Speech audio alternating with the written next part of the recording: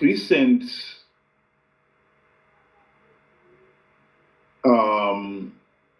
displeasure with Constitutional Amendment number 3,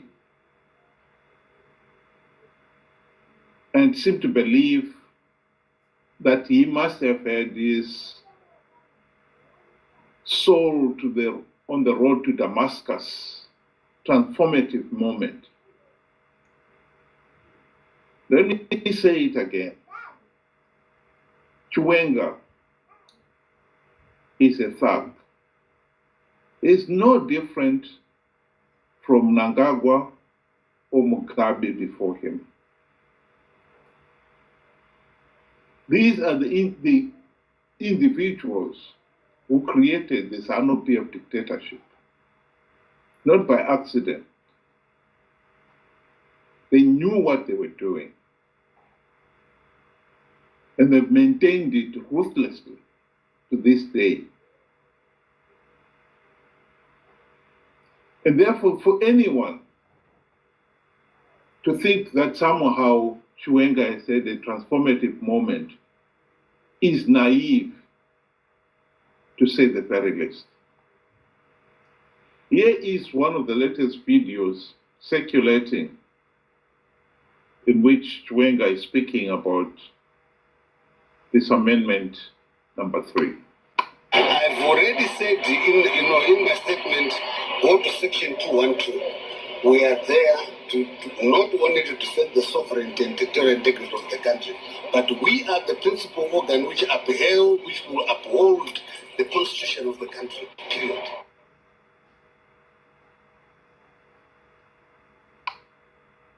This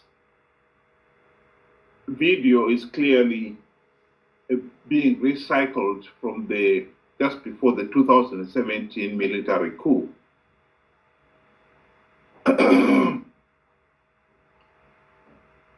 And I suppose it's being recycled with the view to ask whether or not the military will stage yet another coup. I think we have to learn from history. We cannot afford to keep repeating the same mistakes over and over again. We should know who VP Chiwenga is. Here is a reminder of some of the things that he has done in the past. I also know that Mugabe conceded defeat in 2008. He found Mbeki and Obasanjo to concede defeat. I hope that Thabo Mbeki and Obasanjo will one day make that public. But one of them, I won't say which one, told me that Mugabe phoned them that Saturday night and said, look, I lost election and I concede defeat. And I know that Mugabe stuck to his guns. I was prepared to go. His wife was since with bags packed to go somewhere on the following day when Mnangagwa and Chiwenga approached him and said, you stay where you are. And then they contrived the runoff, sadly with the help of South Africa. And runoff took place, very violent. 360 people were killed. I don't know. The South African, I came here as part of a delegation to Cape Town to see members of the ANC. I don't want to mention names, they're my friends. I saw them, and through them, a cabinet committee subcommittee of South African cabinet was set up on the Zimbabwe issue.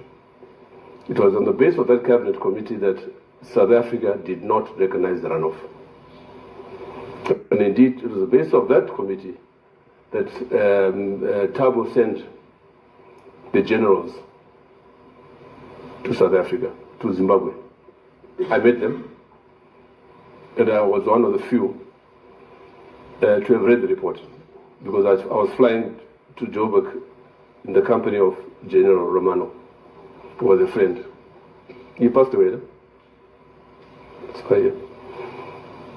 And I also took people who had lost their hands in the violence to the South African embassy in Harare. And Romano broke down in tears. How can a liberation movement treat these people like that? He was a broken man. So there's no doubt at all here in South Africa as to the brutality of the regime in Harare. So it amazes me, it angers me, in fact, when I hear the nonsense coming out of people like Mbalula's mouth. They know it. We in Zimbabwe should know it too. VP Chiwenga is only speaking against this amendment for selfish reasons. He believes it is now his turn to be president. And that's why he's against Mnangagwa extending his stay in office. Other than that, he would have been very happy to continue with the ZANU-PF dictatorship. He only wants to be the next dictator. And we should not mistake that for him being a Democrat. He's not a Democrat. Here is Chiwenga himself speaking about changing the law. Zimbabwe's Vice President Constantino Chiwenga has sent a strong message to some individuals in that country who are calling for the extension of President Emmerson Mnangagwa's tenure until after 2028. Some in the country have endorsed Mnangagwa to continue to lead Zimbabwe. ZANU-PF Member of Parliament and former Deputy Minister of Information and Energy Mutodi is leading the motion to amend the Constitution and remove presidential term limits. Now, this move to amend the Constitution is likely to face huge resistance from within ZANU-PF and opposition circles.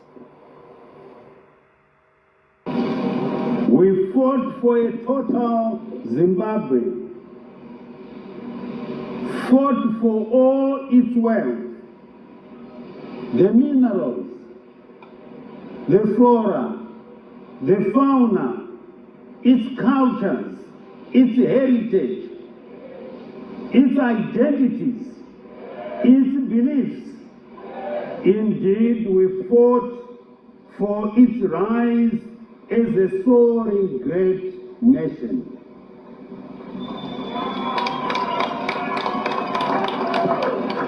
The wartime call urged us not to be greedy and selfish, not to be corrupt and egocentric, or to be narrow-minded and tribalistic. We all swore to a shared future in which everyone had a place on the table, a place in the sun for a culture of equal opportunity where every Zimbabwean served in equal measure. Zveubvanzu kudya kwemhumi takazviramba.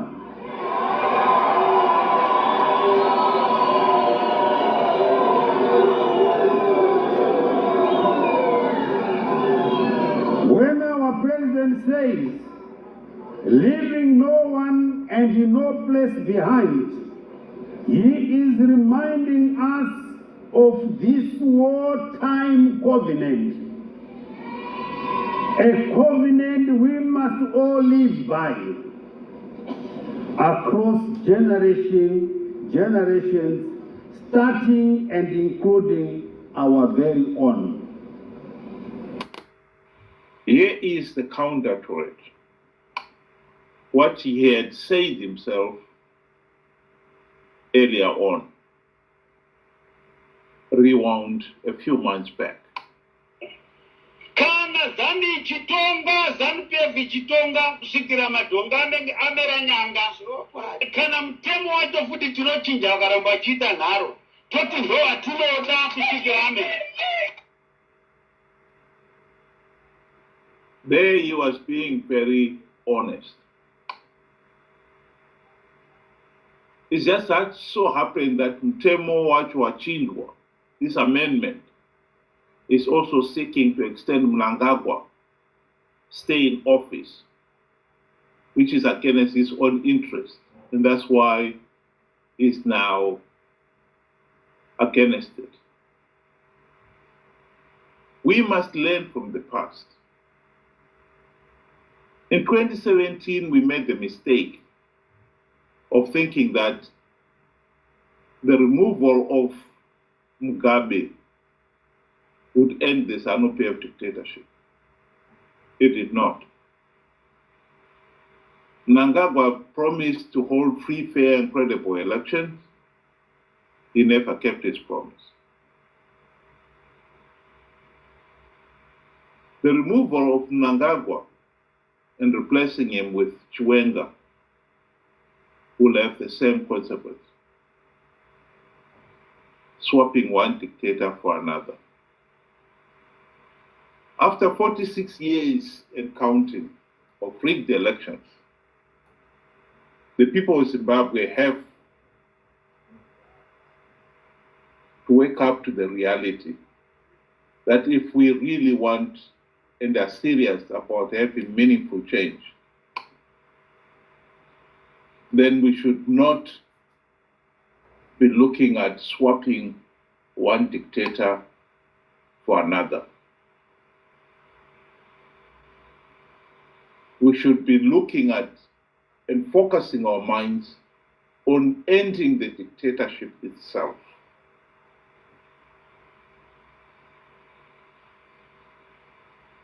Think about it. Thank you very much. Have a good evening.